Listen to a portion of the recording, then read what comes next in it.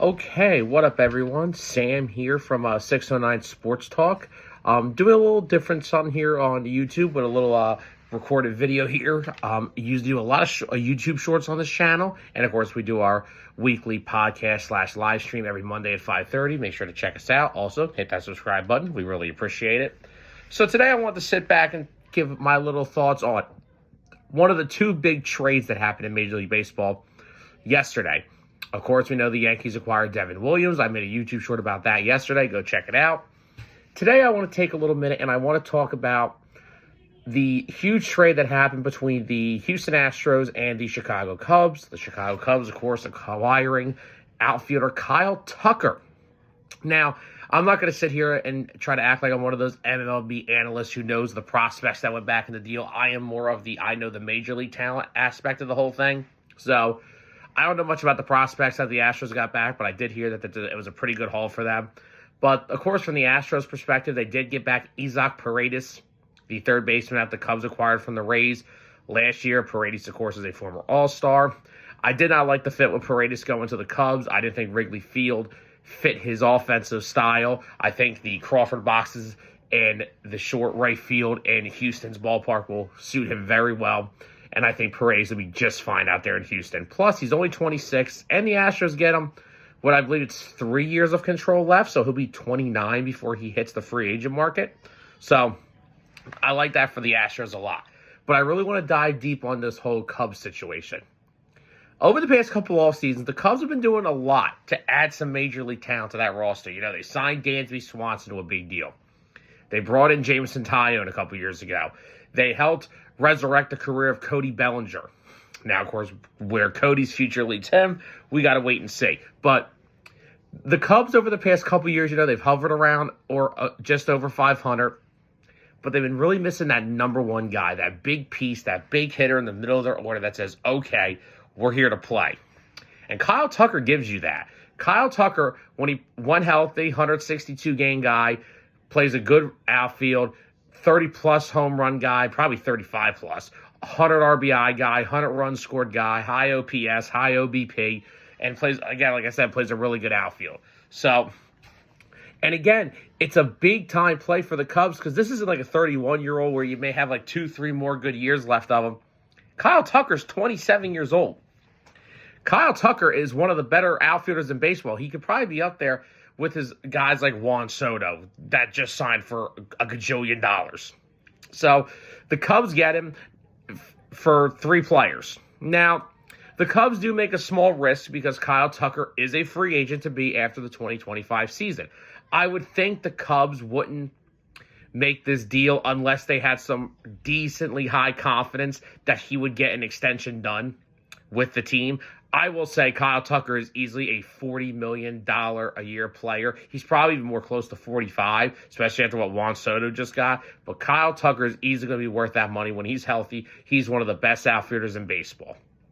So I'm sure the Cubs know there's a little bit of risk to be brought into it, but I'm sure they're confident that they will get an extension done, especially if they are competing for the NL Central, which it really looks like they will. I mean, if you look at the NL Central, it's winnable, especially for the Cubs.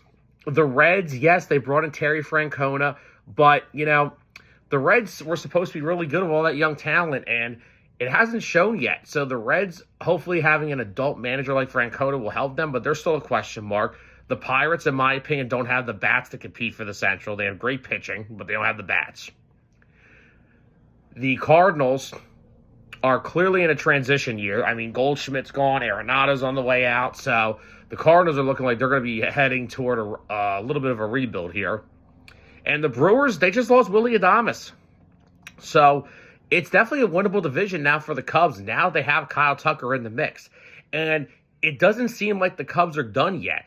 It sounds like they're in with talks and interested in Mariners starter Luis Castillo. I'm sure they're looking for some bullpen help. Their rotation is pretty solid. I mean, they have Javier Assad, they have Justin Steele, they have Imanaga, they have Jameson Taillon. They did sign Matt Boyd, but I don't think the Cubs are really going to go into the season with that as their starting 5. I think Boyd could be more of a long man bullpen arm, or if you decide to go with a 6-man rotation, you could do something like that. I think they're going to add another starter. Maybe like I just said, they've been showing interest in Mariners starter Luis Castillo. Of course, so have the Red Sox. Now, where do the Cubs go in terms of their lineup? They have Michael Busch at first base. They have Nico Hoerner at second. Now, Nico's name has come up in trade talks. I would not think the Cubs would trade away their Gold Glove second baseman, especially with the middle of that infield. Him and Dansby are both really strong at the middle. You got to be strong at the middle to win baseball games.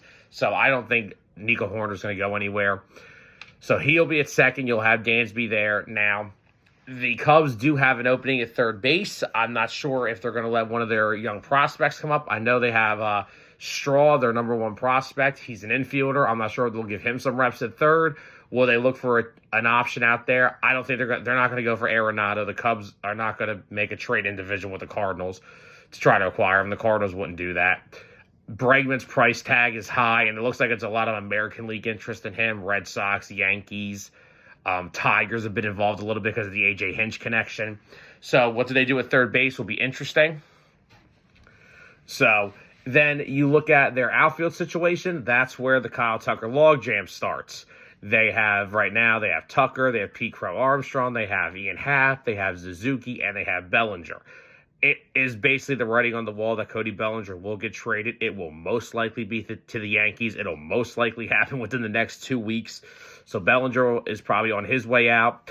I would assume that what they want to do is they want to put Tucker in right. Pete Crow Armstrong will go into center, and they will have either Happ and Suzuki platoon their way in left. I know Suzuki's been on the trade block as well, but it wouldn't be the worst thing to have Suzuki, Happ as your fourth outfielder. So if they trade Bellinger within the next couple of weeks, I don't think they're going to trade Suzuki and Bellinger. I think then you're making your outfield a little too thin. Because if Pete Crow Armstrong doesn't give you a lot offensively, you could always put Suzuki in left, and you could move Happ to center for a little bit if you had to. I know they want Happ on the corner, but then if that's the case, then Suzuki could be your fourth outfielder off your bench, which not a lot of teams have a good outfielder off your bench like that. But Kyle Tucker puts the Cubs in great contention for the NL Central. He's the star player the Cubs have been waiting for. This is easily the best player they have had on their team since the team that won the World Series. Take your pick. Who was those best players? Rizzo, Baez, Bryant. Take your pick. But this is the best player that they've had since, and this is a guy that wins. This guy is in the League Championship Series every freaking year when he was with the Astros. He eats, sleeps, and breathes October baseball. He's a world champion, and he brings a lot to the Cubs and a lot of star power. So I hope you guys enjoyed this little video of me breaking down the Kyle Tucker trade. And I think the Cubs are really in a good position to win the NL Central, and they're definitely not done adding yet.